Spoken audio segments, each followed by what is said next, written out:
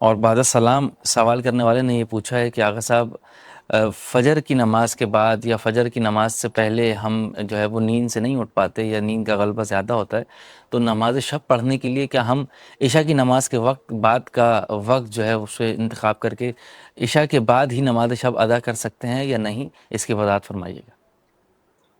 جی جی، بہت ہی مفید سوال ہے۔ یعنی ہمارے بعض فقہا خصوصاً آیت اللہ سستانی حفظ اللہ وہ فرماتے ہیں کہ بس نماز مغربین کے بعد نماز شب کا وقت داخل ہو سکتا ہے۔ آپ مطلب البتہ یہ جتنا فجر کے قریب ہو اس کی فضیلت زیادہ ہے۔ اگر آپ اپنے روٹین کے مطابق 10 بجے آپ سوتے ہیں تو 9:30 یا مثلاً 10-20 پہ جتنے بھی آپ 35 منٹ لگاتے ہیں 40 منٹ لگاتے ہیں اپنے روٹین کے جو سونے کا ٹائم ہے اس سے کوئی اتنا وقت پہلے کہ آپ نماز شب پڑھ سکیں، نماز شب پڑھ کے سو جائیں اور آپ کو انشاءاللہ نماز شب کا اجر و ثواب مل جائے گا، اور ہماری درخواست ہوگی کہ ہم کو بھی اپنی دعاؤں میں شامل کریں۔ جی آغا صاحب، اگلا سوال ہمارے پاس کھانے پینے کے متعلق موجود ہے، اور بعد السلام انہوں نے یہ پوچھا ہے کہ آغا صاحب یہ بتائیے کہ جس طرح ہم مرغی اور مرغی کا انڈا اور کھاتے ہیں، یہ ساری چیزیں کھانا حلال ہے اور جائز ہے، اسی طرح دیکھنے میں آیا کہ لوگ اب بطخ کے انڈوں کی طرف آ رہے ہیں یا شتر مرغ کے انڈوں کو کھایا جا رہا ہے، تو کیا یہ بطخ کے انڈے کھانا یا شتر مرغ کے انڈے یا ان دونوں حیوانات کا گوشت کھانا، جیسے بطخ کا گوشت یا شتر مرغ کا گوشت، یہ حلال ہے یا نہیں؟ اس کی وضاحت فرمائیے گا۔ جی،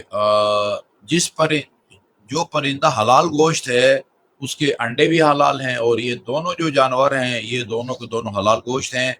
ان کا گوشت کھانا بھی جائز ہے اور ان کے انڈے کھانا بھی جائز ہے۔ لوگ تو شتر مرغ کا تو بہت کم ہی ہوتا ہے شکار، لیکن لوگ مرغابی بطخ وغیرہ ان کا تو بہت شکار کرتے ہیں۔ یہ خود ہمارا جو ناردن ایریا ہے گلگت وغیرہ میں سمندر کے کنارے خاص موسم ہوتا ہے، اور اس میں جو ہے نا یہ مرغابی بطخیں وغیرہ بہت دور دراز سے وہاں وہ یہ آتی ہیں، اور لوگ وہاں تب 12 بور وغیرہ ان کا شکار کرتے ہیں، تو اس میں کوئی شک نہیں ہے کہ وہ حلال گوشت ہے۔ اور جو پرندہ بھی حلال گوشت ہے اس کا انڈا بھی جو ہے نا وہ کھا سکتے ہیں، جس طرح یہ مرغی کا آپ کھا سکتے ہیں یا کبوتر کا۔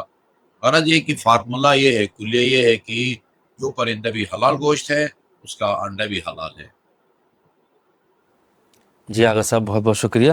اس کے بعد ہمارے پاس اگلا سوال موجود ہے، اور پوچھنے والے نے یہ پوچھا ہے کہ آغا صاحب اگر ہم پر پہلے سے ایک غسل واجب ہو، غسل جنابت ہم پر واجب ہوا ہو اور دوبارہ غسل جنابت واجب ہو جائے، تو دو الگ الگ غسل کرنے پڑیں گے یا ایک ہی غسل کافی ہوگا؟ ایک ہی غسل کافی ہوگا۔ اگلی سوال ہمارے پاس موجود ہے، اور اگلا سوال فقہی اعتبار سے تو ہے ہی، لیکن اس کے علاوہ اعمال کے حوالے سے زیادہ ہے۔ بعد